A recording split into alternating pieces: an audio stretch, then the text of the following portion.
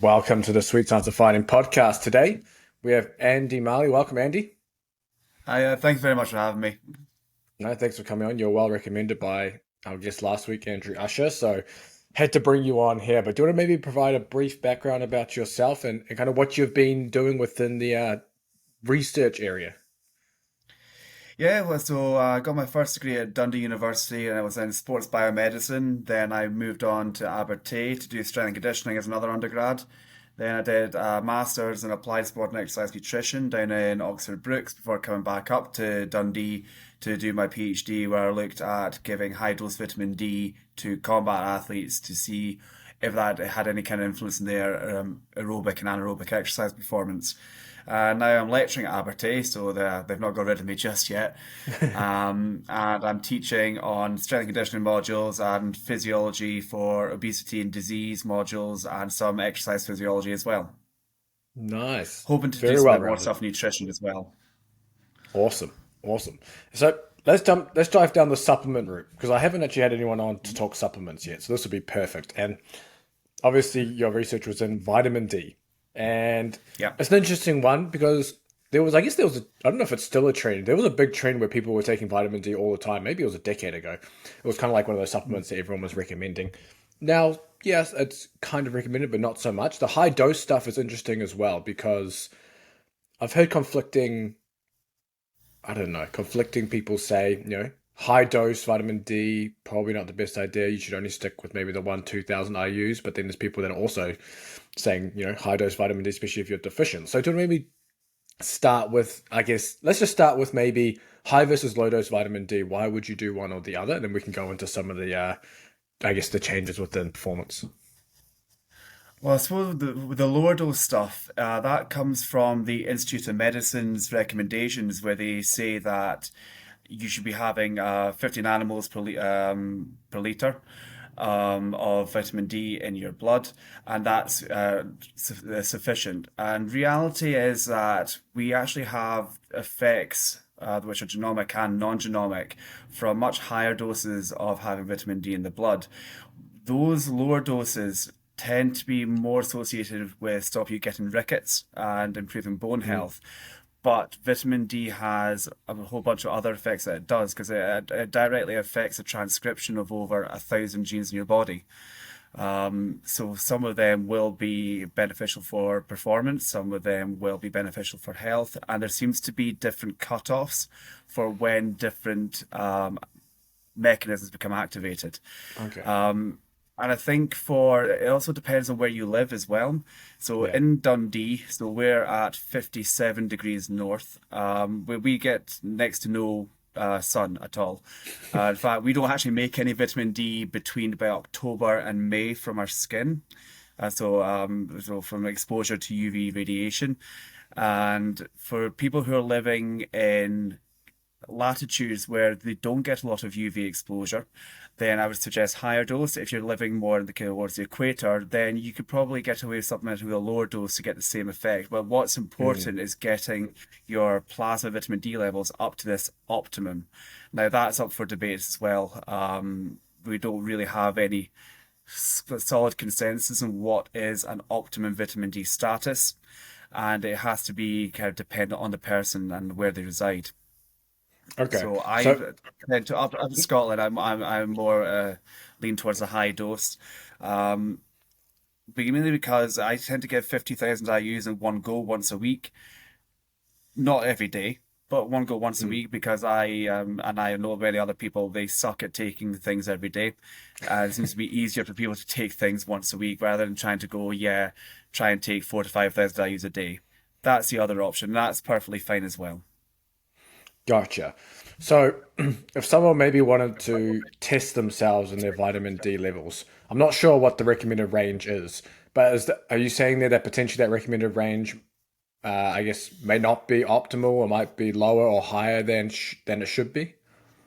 Yeah, so most of the health bodies, so for example in Scotland, that's the NHS would be the health body here.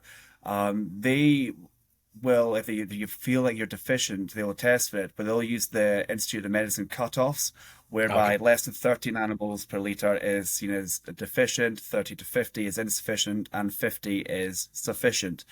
But the Endocrinological Society and some other kind of research in the field actually say that 50 nanomoles per liter should be the cutoff Hmm. to be classified as being deficient. 50 to 75 nanomoles per liter would be insufficient, and more than 75 is sufficient. And in fact, even some people say that athletes should have vitamin D levels of more than 100 nanomoles per liter. But we Okay. don't have any evidences to kind of substantiate those claims. It was kind of more hypothesized in that athletes tend to have higher metabolic activity, higher protein turnover rates. Therefore, having more vitamin D will help with that. But that we don't have any evidence to support that. Regardless, though, like 75 nanomoles per liter should be what we're all aiming for to get the maximum benefits of having this vitamin D. Interesting. Okay. But even then, So, taking more doesn't help because vitamin mm, D has it's a self-regulating mechanism. If you have too much in the body will just convert it to 24, 25 OHD, which is inactive more or less. So we uh, can't, it's very, very hard to overdose in vitamin D. I mean, it's possible, but you have to be, you know, pretty ridiculous with how you're supplementing. There was even one study where they accidentally gave someone, an elderly patient, 2 million IUs of vitamin D in one go. yeah. They completely mucked up, and the only thing that happened to them was an elevated blood calcium level, which returned to normal after about a week. Wow.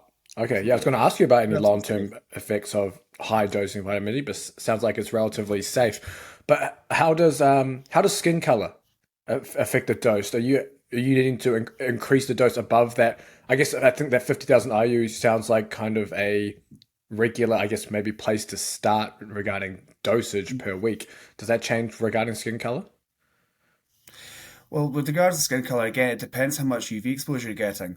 Because Mm, at the end of the day, when it comes to skin color, all it is a buildup of a protein which protects from the sun. That's all skin color really comes down to. That's why Caucasian people who go to the sun they tan. It's just a buildup of this protein. So you find that people with darker complexions living in latitudes where you're not getting much sun exposure are much higher, much greater risk of being vitamin D deficient. So those people, I would suggest that they definitely want to be taking vitamin D, but even mm, then, it tends to be that if you start to supplement at a particular level, say 50,000 IU's per week in one go, then eventually the body will come into equilibrium anyway, because vitamin D has a half-life about 3 weeks in the blood. okay. So eventually, everyone will just get up to that level. So it's just because you have a darker skin color doesn't necessarily mean you need to take more. Okay. You will get to that level. Awesome. This is I'm loving this new information because I guess I used to supplement vitamin D quite a lot. I've been useless at it, as you mentioned, taking it every day, and you just end up forgetting. So I need to get back on my vitamin D. But I was only taking back in the day. I was only doing like 5,000 IU's um, per day. Was that daily? Yeah, the 5,000 I use a Yes. day will do the same thing. Yeah. And now I've got a 2,000 IU one. So now I know I'm definitely underdosing. So I'm gonna. I just have to take Possibly. two or three of them at once. Yeah, I'll do the same. Yeah. No, exactly. Also, it's also how you want to take it as well. Because a lot of people just take vitamin D with water because it makes sense. You have your multivitamin with water or whatever with water, but vitamin D is fat soluble. Mm, okay. So taking it with a source of milk, is you like some full fat milk, may actually help increase absorption. Also, milk has something called beta lactoglobulin in it, which also binds to vitamin D particles, which I can actually help with the kind of use of getting it into the body. Plus, vitamin D has a major effect on calcium, so taking it with milk will actually make the vitamin D work a little bit better. Because vitamin D, if you take it alone, it's not going to do anything. It has to undergo a whole bunch of different processes in the body. It has to go to the liver first to be converted via the CYP enzymes to 25 OHD, and this is what we measure for vitamin D status. Mm, But okay. this still isn't doing anything. From there, it needs to go to the kidney, where then it gets converted again to 125 OHD, which is the active form. And from there, it then needs to go to the tissues for it to do its job. But for it to be converted to the 125 OHD, you need magnesium. So if you're magnesium deficient, you're taking vitamin D is not going to do anything. And for those Interesting. genomic effects I mentioned, you need zinc for that to work properly. So if you're zinc deficient, it's not going to work. So you need to think about it as a whole spectrum and not just the vitamin D. And I mean, the vitamin D is great, but it needs to work with everything else because it's a precursor to a steroid essentially. Okay, because So you have to you get the often whole see body milk system. yeah, you often see milk fortified with vitamin D. I haven't actually looked at the label with how much vitamin D is in there. Do you know off your head how much vitamin D is typically in, say, a serving of milk? No. Okay. In a typical serving milk, there's not a lot. If you're looking at IUs, you're looking at about 50 to 100 IUs, like Okay. per So you 100 definitely need to mil. It's not, supplement. not, yeah, yeah. It's very, very difficult to get enough vitamin D from the diet. Hmm. Because then even then it gets even more murky because if you look at vitamin D from plant sources, it becomes it's vitamin D2. Vitamin D Hmm. from animal sources, vitamin D3, and that's the one that we make. So if you're going to have like a good plant source is mushrooms, but then one, it's an efficient version of vitamin D, and the amount of mushrooms you would need to eat to get yourself up to that level Yeah. is probably about as tall as me. Other options could be eggs and liver, but again, how many people eat eggs and liver? A lot of people don't touch them, and oily fish is another one. Again, people don't touch them. Hmm. So supplementation for basically everybody is something that I would recommend. Okay. So what are some symptoms then of vitamin D deficiency? Are those is that something that you would obviously notice day to day, or is it something too subtle that people don't really know? In my experience, it's something that people don't tend to notice because it's a long process to become vitamin D deficient. It's like when people are losing weight, they maybe still think that they've lost weight. Then you've not seen them for like 2 months. You go, "Wow, you've lost weight," and they go, "Oh, have I? I haven't felt." It's the same kind of thing with vitamin D, but what we see with people who are vitamin D deficient is they tend to be a lot more lethargic. They don't tend to have as much vigor. We are also worried about bone health. So if people are constantly getting like kind of like fractures, that is an obvious sign of vitamin D deficiency. But there's nothing really that is like, oh my God, you're definitely vitamin D deficient. Hmm. It is much more of a subtle thing by and large. Okay.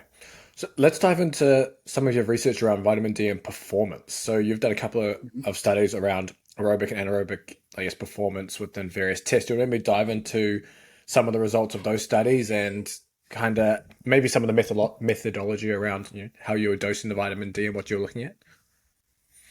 Yeah, so my studies on vitamin D were part of the PhD. Still trying to get some of the research from that published just now, actually. The first one was in the European Journal of Sports Science, and we gave people either 50,000 IUs, 80,000 IUs, or 110,000 IUs of vitamin D in one go once per week for 6 weeks. And they were just told to go away and do their normal training.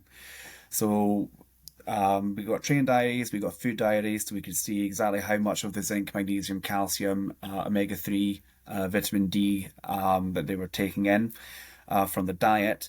And we did some tests, but obviously baseline and post. The main drawback of the study was that we weren't able to assess vitamin D levels, mainly due to funding, if I'm being brutally honest. Mm. But what we saw was that taking vitamin D, well, which I should, before I go into that bit, what happened first was they had a 6 week period where they didn't take the vitamin D. They were tested again, and then a 6 week period where they took the vitamin D, again tested it for a third time. And what we saw was that VO2 peak and Wingate levels actually seemed to drop slightly. This was done over the winter months in Dundee, where there was no sun at all. And then following the vitamin D supplementation, it returned to the start of winter levels or was even a little bit higher. Mm. So what we saw was that vitamin D had some kind of a direct relationship in terms of VO2 peak and Wingate power, which I don't think really been seen before in terms of because we did have that period without the vitamin D.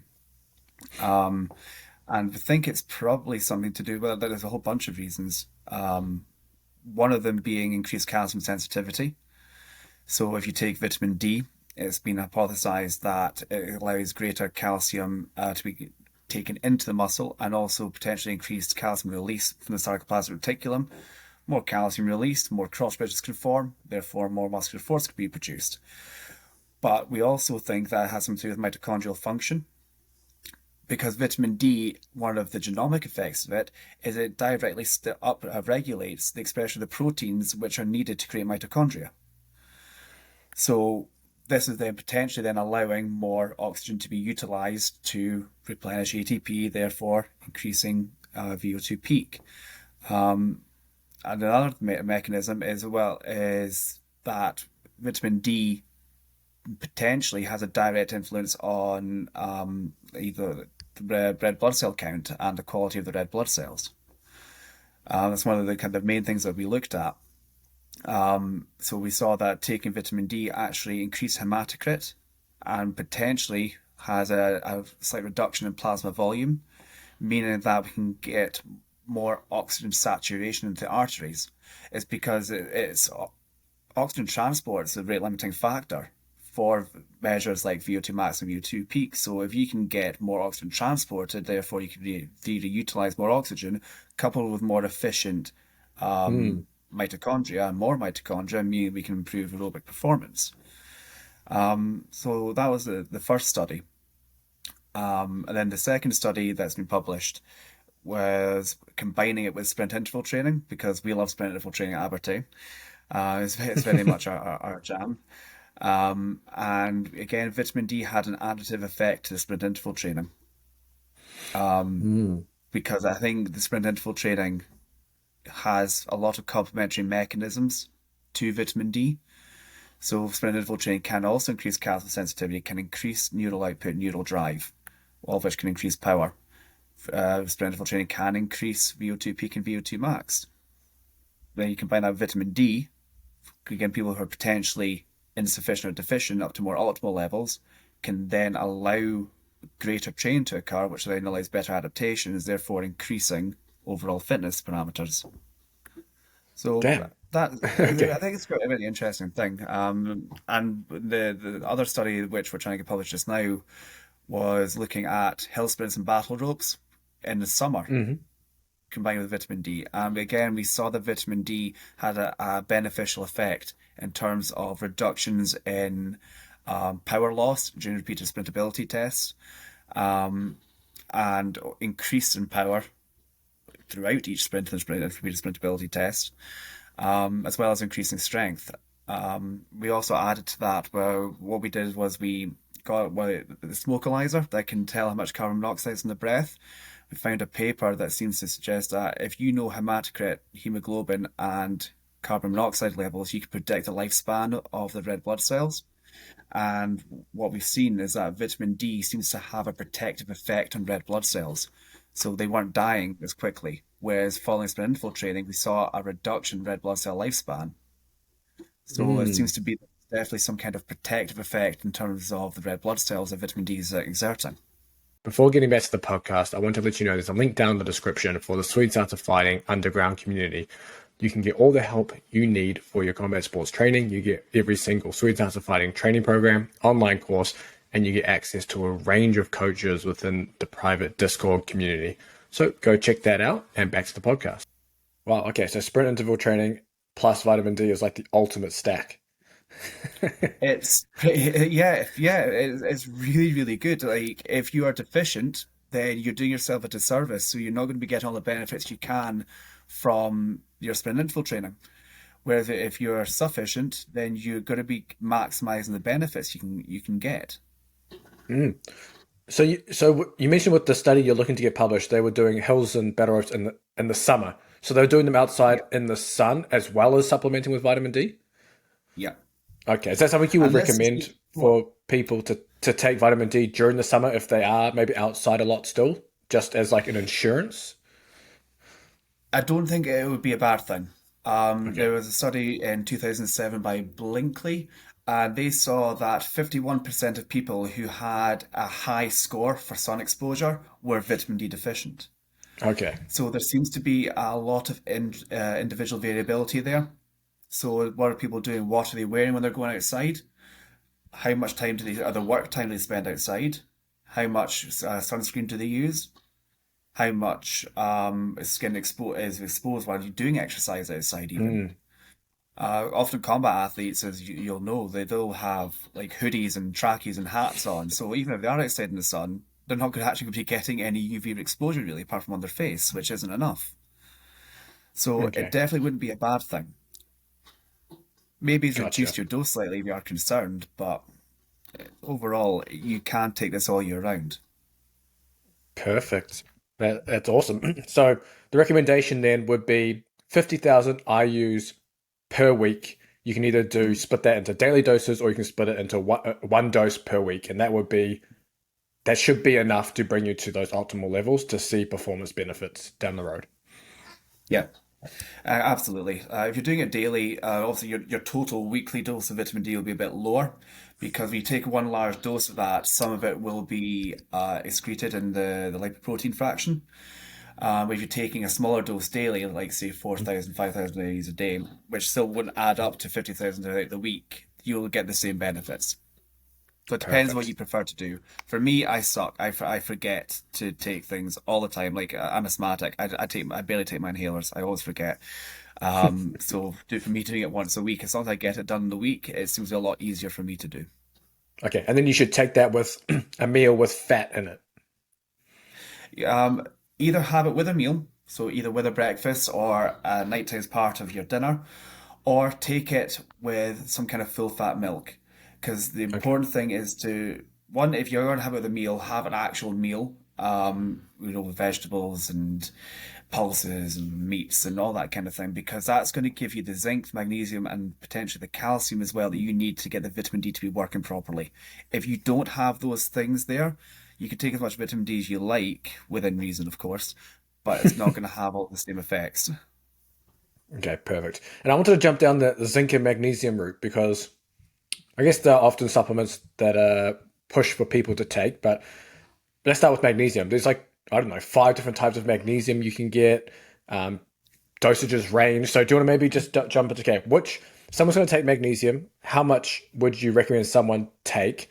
What type of magnesium is best for them to take? And is that something you need to get, I guess, blood test or tested for to see if you are deficient to know? It's just like vitamin D, is taking too much going to be detrimental or potentially not harmful like vitamin D? Yeah, things like magnesium and zinc, which are metal based, they are more likely to have negative side effects with that. Whereas vitamin D is fat soluble vitamin, like I've always said, there's the body's mechanism which will regulate itself, whereas it's much easier to overdose on these kind of minerals. Mm, But literally just getting up to the recommended daily allowances of these zinc and magnesium is enough for most people to get the benefits that they need. In terms of taking supplements for them, I don't tend to bother. To okay. having a normal, I would call a normal diet. So eating your at least five portions of fruit and veg, eating an array of meats and everything like that, that's enough. You don't need to go into these ZMA supplements, Mm. which give people like the trippy dreams and everything. It doesn't really do anything. Um, but just yeah, having it's very very boring in that sense. Just have a normal diet Mm. for most people, It's which is funny actually that hard, ZMA. especially combat athletes who don't eat anything. So. Yeah, for sure. That ZMA is funny because ZMA was huge maybe around a decade ago within the whole mm, fitness scene and supplements. But I haven't heard of ZMA for years. It must be something that's just not pushed anymore. No, I've not really seen it being pushed at all. I remember trying it once to see what it was like because I did when I was younger, I didn't know any better, so I'll give this a try. It's meant to be amazing for all this stuff, and it did Mm. nothing but give me weird dreams. That was literally it. I slept quite well, to be fair. So I suppose that's something, but no, I wouldn't bother to taking supplements for zinc or magnesium. Like, provided you're Okay. having a good diet, you're fine. Are there any other supplements that you typically recommend for combat athletes or just general athletic performance and health? When it comes to supplements, I think the first thing you have to remember for most people is that they are a supplement.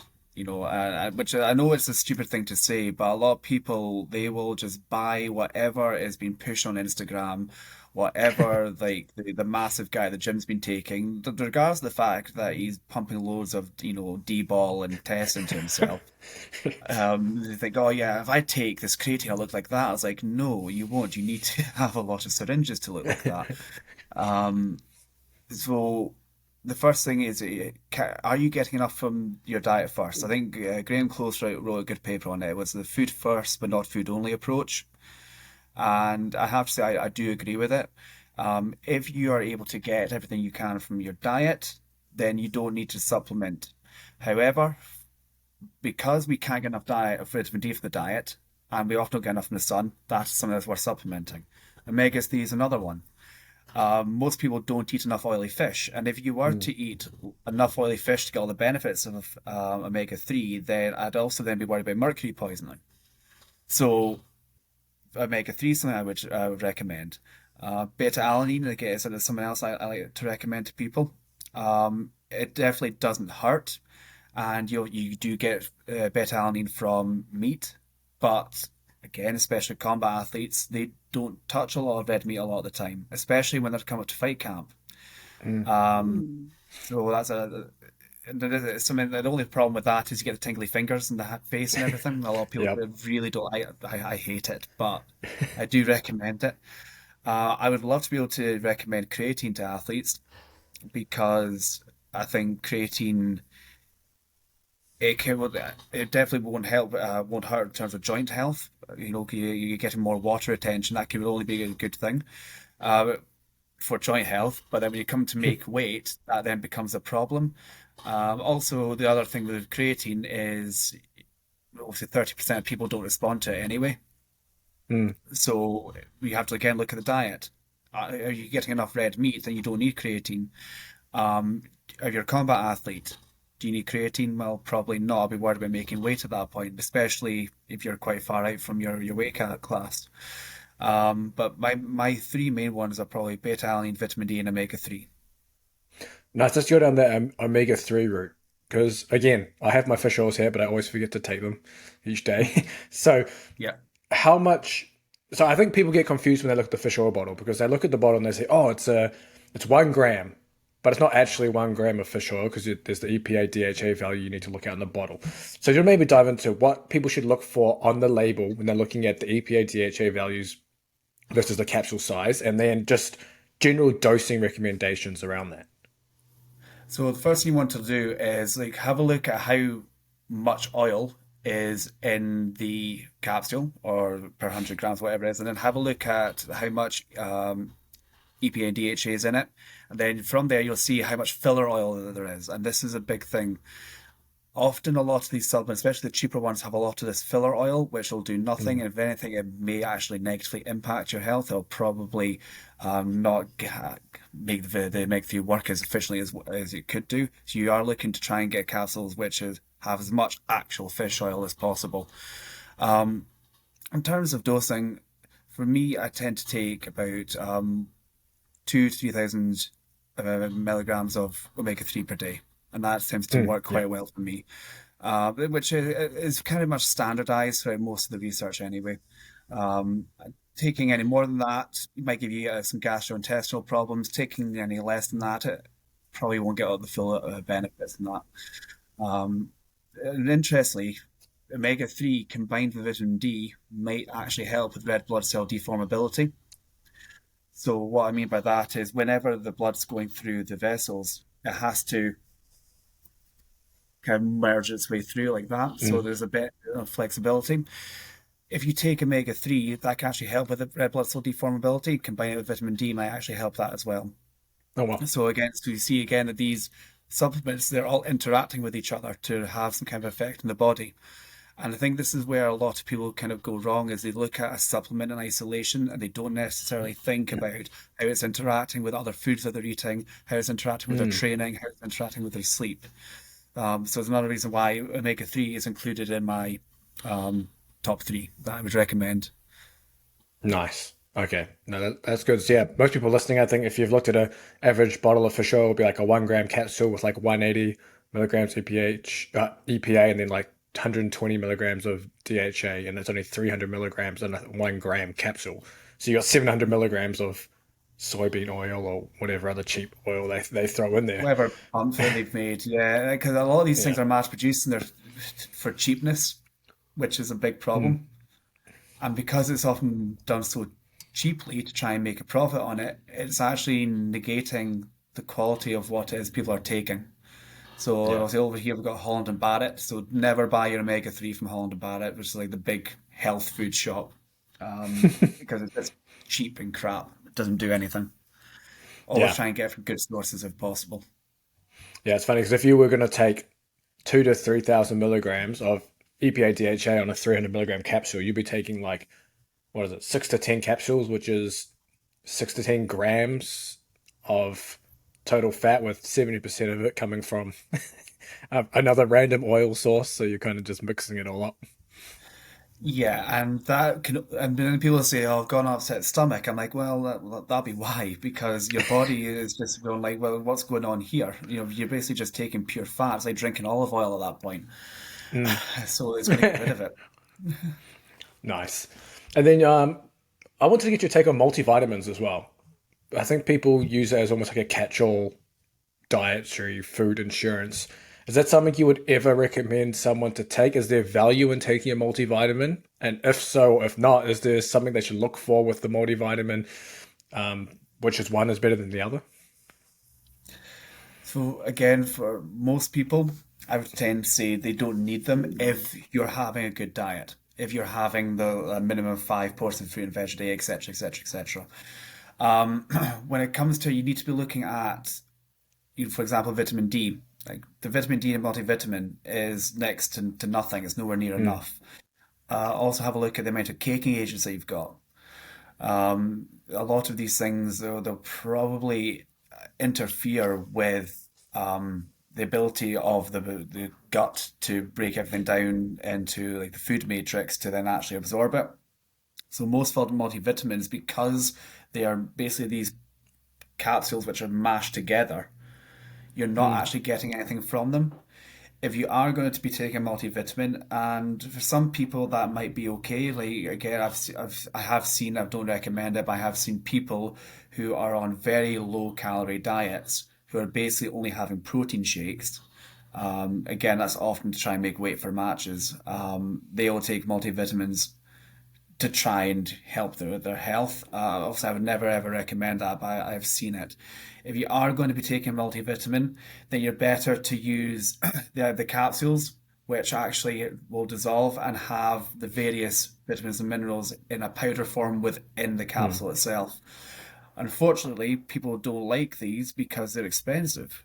For like a 1 month supply could be, £30, £40, Wow. whereas you can get a 3 month supply of the cheap ones for like a fiver. So, and that's where that's where people go wrong. They're not willing to really invest in them. But overall, though, it's not something I tend to recommend, provided, of course, that you're eating properly. Nice. And you mentioned beta alanine as well. How do you recommend people take that? So would suggest that this thing people take beta alanine before they work out because it's often included in pre-workout Yeah, it drinks. makes them feel like something's working. Well, and that's why I think that's why it's there. But beta alanine is like creatine. It amalgamates in the Mm, tissues. Um, so if you take it at any point in the day, then you'll eventually, in theory, get benefits.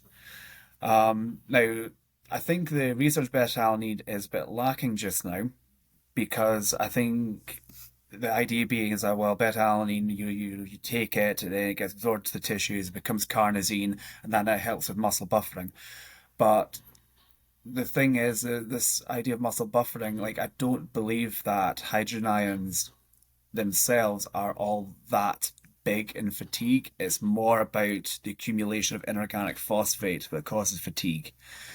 So we have seen that beta-alanine does seem to have some kind of a positive effect, but I think the mechanism which has been suggested is wrong. I mm. think it has something to do with reactive oxygen species and rates of glycolysis, but that's just me hypothesizing off the top of my head just now. Yeah, Yeah, I think John and Andrew mentioned it last week. yes. Yeah, okay, yeah. So, as John quite rightly said, most of the studies which look at fatigue, they look at skinned muscle fibers. One, the muscle fibers skinned. Secondly, is at 5 degrees Celsius, which isn't what our bodies are at. And most of these papers, the few papers which have actually looked at muscle and closer to body temperature have shown that, a drop in pH doesn't influence fatigue all that much. It really is all about this accumulation of inorganic phosphate, which then binds to calcium, which then stops the muscle contracting. Because if calcium can't Okay. bind to the troponin, then again, if there's no change in shape of tropomyosin, the myosin can't bind to actin, can't get the cross bridge forming. And the more you contract a muscle, the more ATP is getting used, which means there's more hydrolysis of ATP to ADP and inorganic phosphate. It's Yeah. just inorganic phosphate that causes it. So, Okay. so kind of a long-winded answer there, but I think beta-alanine it does seem to work, but I think the mechanisms need to be investigated in more detail. I think from the review I read, you need like I think it's a total of 179 grams of beta alanine accumulated over 2 to 10 plus weeks to see small improvement performances. So you need to basically Yeah. take it consistently. I think it's I think the dose can range massively though. I guess it depends how well you tolerate the tingling. Because as you mentioned, if I take beta alanine, it starts in like my head and it works its way Mhm. down to my feet, and it's the most horrible thing that comes It's across. disgusting. Did you know you can represent Sweet Science of Fighting while you're training? We're more than just a membership. We also have rash guards and shorts. If you're watching this on YouTube, you'll see that we have the Sweet Science of Fighting 2.0 shorts, and we also have the Sweet Science of Fighting short and long sleeve rash guard. There is another design coming soon, but you can get those on xmarshall.com, and you can go down in the description and you can find that. And back to the podcast. Isn't it? Well, I find it sometimes I tend to take it in the morning, and if I take it in the morning and I have a coffee, I actually start to feel a bit Oh, sick afterwards. yeah. Dude. Well, I have to be Italian. I have to separate it completely from any kind of caffeine that I'm taking. Yeah, it's disgusting. But yeah, you tend for me, I would suggest taking about 6 to 7 grams of beta-alanine per day Okay, then you split that up through for the day. most people. Yeah, so have it per day. Now you can break that up into, for example, 2 grams at three different points throughout the day to try and reduce the tingly feeling. Or you can take it in one big go and just kind of get it over with. If you're a sicko. That's what I do. Yeah, just like I'll just get over with it. I don't need to worry about it again. But yeah, like honestly, it boggles the mind the amount of people go, oh yeah, I take this because they've got some kind of Jack 3D style drink. Yep. And they think that because their heart's going like that, and because they've got this Yeah. tingly feeling that they're ready for the gym, is like, no, you're just giving yourself some kind of myocardial infarction there. That's what's happening. But you're just taking it regularly every single day. That's what's going to give the benefits. But even then, you won't see any benefits for about 4 to 6 weeks. Mm. So, but it's still something which is useful for combat athletes, especially who are having to do periods of really high intensity activity, then low, then high, then low. It does seem to help with that. Um, I suppose with caffeine, I suppose that's another thing I would suggest. Kind of going off on a different tangent just there. Yep. You asked earlier on about what kind of supplements I take. Caffeine is a good thing to take, provided, of course, you don't overdo it. Make sure you measure in milligrams and not grams. There's been plenty of stories of people taking gram scoops of that stuff and ended up in the hospital. So definitely don't do that. Well, it's actually become a little bit more difficult to research caffeine now. Like Abertay, they will not let you do caffeine studies now for a lot of the Oh, really? papers now. Yeah, because of what happened, I think it was one of the universities in England. Again, that's what happened. I think it was a practical for an undergraduate course, and they were meant to give like 3 milligrams per gram body weight, then see what happened in the exercise test. But they measured out 3 grams, and the students had to go rush to the hospital, and it was all went horribly wrong. 3 grams Um, per kg of body weight. yeah, Oh, but that would have been yeah. like a mountain of powder.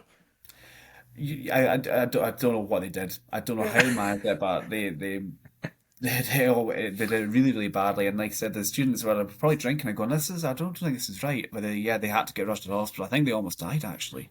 So, Yeah, I can yeah, imagine. so make sure that you measure in milligrams. But for me, having a couple of coffees before I train is usually enough. Yeah. Usually does enough for me. Yeah, caffeine's an interesting one. It's a really good paper where they looked at caffeine responders and non-responders with that. I can't say the name of the gene because there's like a bunch of letters and numbers. C, Y, something, something, something. And if you possess this gene, you're a caffeine, was it slow or fast metabolizer? I can't remember now which way it works. But either way, if you're a slow metabolizer of the caffeine, you tend to have negative effects to it. Slower time trial performances, feeling a little drowsy, things like that, versus the opposite, someone who's a really high responder. Mhm. They see an increase in performance using caffeine. For myself, I'm like an in between.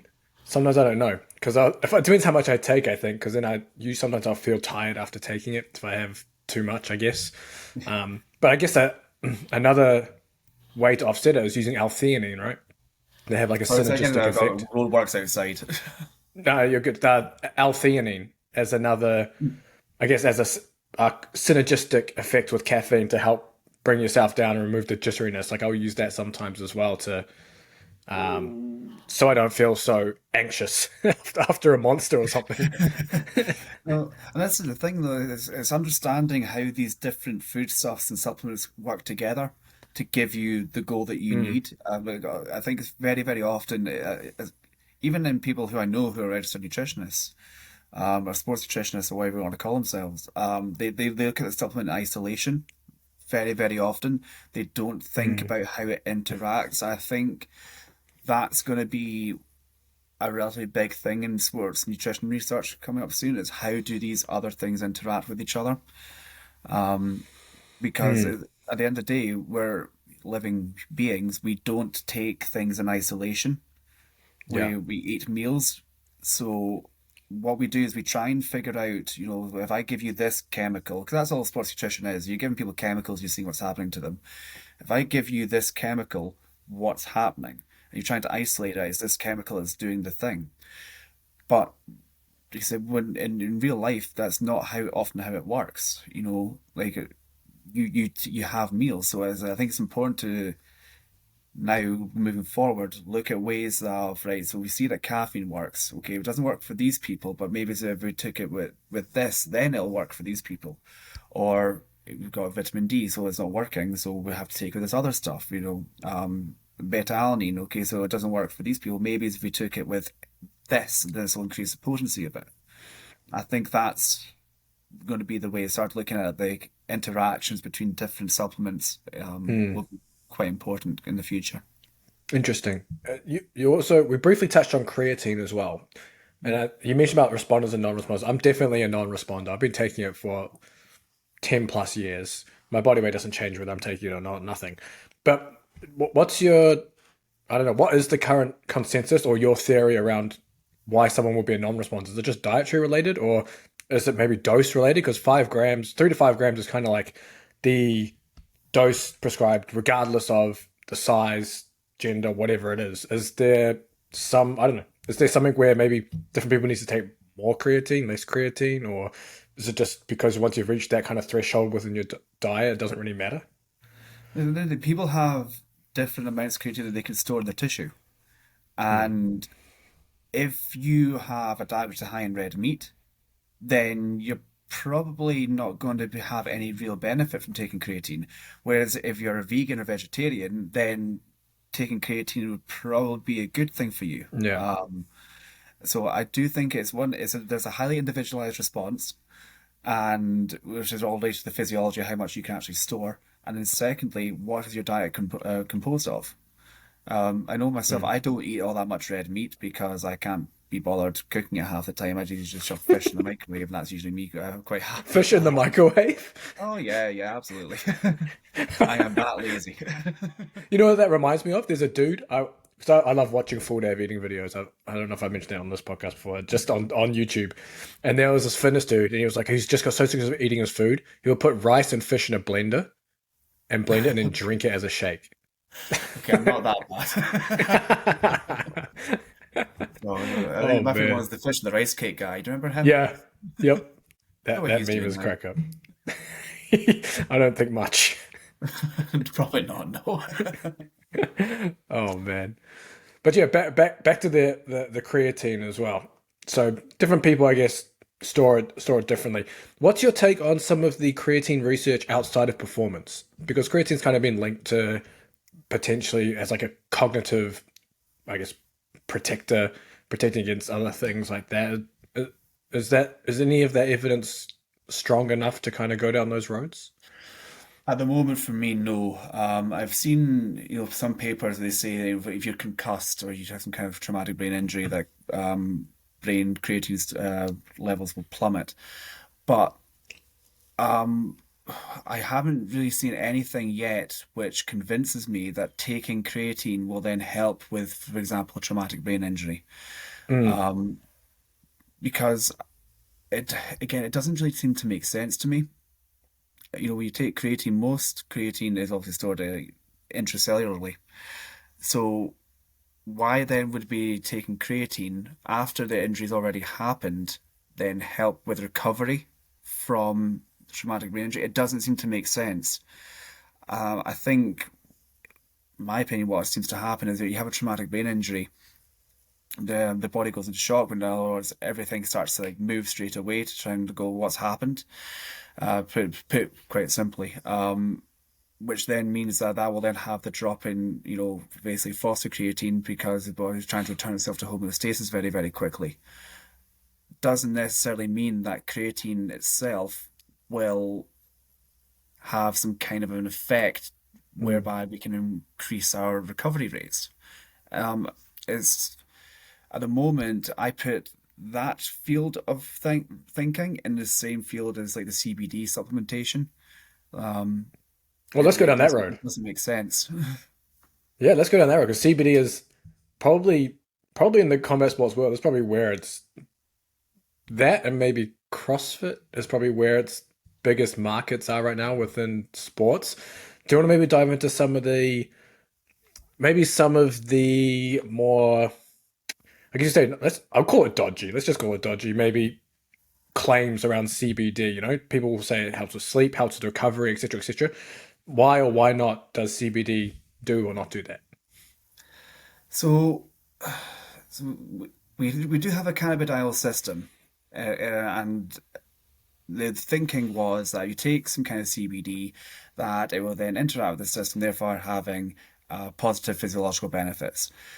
But then people were saying that it's going to help with cancer and it's going to cure all this and that. But okay, that Mm, doesn't make sense because if you look at cancer, as an example, some tumors are fueled by fat, some are fueled by carbohydrates, some are more endocrinologically based, where in terms of estrogen levels and stuff. How is cannabidiol meant to help with that?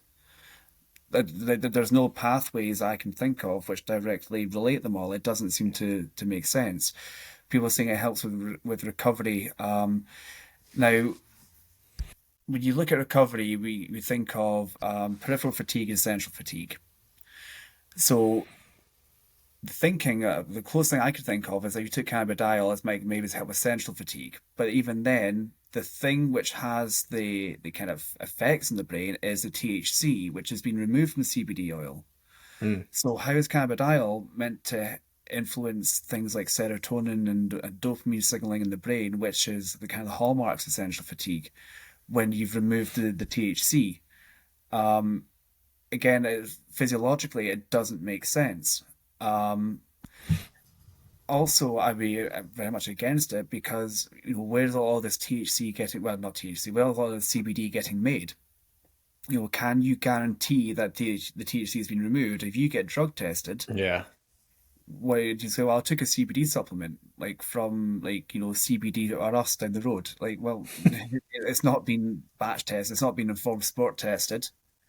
So you're more likely to get a positive doping violation. Mm, And in fact, all the studies that I've seen so far, which have looked at CBD as a recovery tool, now when we're talking about recovery, we obviously don't mean recovery from injury. We mean the ability to perform exercise to a similar level, following some kind of exhaustive test. Um, None of the studies have actually shown that CBD actually helps with that because mm. physiologically it doesn't make sense. It can't do. they're different mechanisms. You're talking about recovery. Okay, how much ATP have you resynthesized? How much phosphocreatine have you resynthesized? Um, how much of an organic phosphate have you cleared? How much glycogen have you replenished? How much glucose do you have free just in the plasma? Um, have you returned to homeostasis? How quickly have you returned to homeostasis? How is CBD meant to help with any of that? Again, it doesn't make sense at all. Perfect. So if anyone's listening to People will this and still using, take it, and I think what's it's a that? placebo thing. People still Yeah. take it, and I think it's a placebo thing because they see relatively high level athletes with CBD oil on their banner. And they think, Mm, yeah, I've been taking this and I want my recovery is fantastic. I feel really good. And I'm just thinking, okay, how do you not know? How do you know that CBD? How do you not know that I just gave you some olive oil? Like, how do you know? And yeah. it's truly, it really is like a big placebo effect for a lot of people, I think. Mm. Well, it's a big market, you know. The money in that market is huge. So they can pay a lot to sponsor. If anyone who knows anything about affiliate marketing as well, they pay big commissions on sales of CBD. So yeah, their market is just huge and growing. And obviously as they tap into the sporting world and get athlete influencers on board and stuff, it just gives it more credibility in the general, I guess, social circles and population like that, and it starts to become a little more mainstream as that's the message being sold, Mm. and then people obviously start to use it themselves, and as you mentioned, that placebo effect and everything like that. But I guess is there anything wrong with someone taking it and thinking they're getting an effect? I mean, other than the drug testing portion, if you're not, maybe if you're not competing, but that's an interesting debate as well. Whether something is placebo, someone perceives it as working, so why would you stop them? Like for me, if you think it's working, then fine. If you feel happy doing that and you're not getting drug tested and you're not causing any harm to anybody, whatever, you do you. It's like jumping into like the cold showers after training. Mm, It's probably not going to do all that much, but if you feel better for it, because people do feel a bit euphoric afterwards, then fine. Um, it's not going to necessarily harm you. Graham Close has some papers on CBD for recovery, and again, there's not much in like physiologically the thing that's happening, but if people are feeling better for it, then fine. However, if you are an elite athlete and you do get drug tested, I would highly warn against it, unless you can absolutely guarantee that the CBD has had all the THC removed and you won't get a positive drugs test, then it's probably not worth it for most people. mm. Yeah, and plus the empty wallet after spending 50 to $100 on a small bottle. Yeah, which is what it went to last year, what, like a month? Something like that. Yeah, yeah, I think it's a month Yeah, supply. it's crazy, but people are paying it. If people are Yeah. happy, then like fine, like each their own. No, perfect. I think that's all the supplement questions I had for you, Andy. But if people wanted to follow you, see what you're doing with your research, I don't know, learn more from you, where can they do that? So I'm on LinkedIn, and I got Instagram last week, so that's exciting. So you just literally type my name into Instagram, you'll find me. I am on Facebook as well. But if I don't know you, I'll probably say, "Hi, who are you?"